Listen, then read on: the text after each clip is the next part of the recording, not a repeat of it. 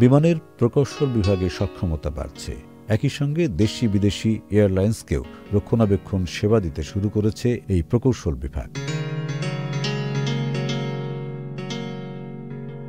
উড়োজাহাজে বড় ধরনের মেরামত ও রক্ষণাবেক্ষণ কাজ চলছে হজরত শাহজালাল আন্তর্জাতিক বিমানবন্দরে বিমানের নিজস্ব হ্যাঙ্গারে।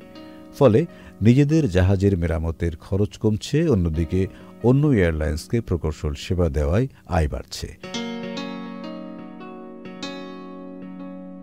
সংশ্লিষ্টরা বলছেন, আন্তর্জাতিক মানের প্রকৌশল সেবা দিতে বিমান সক্ষম।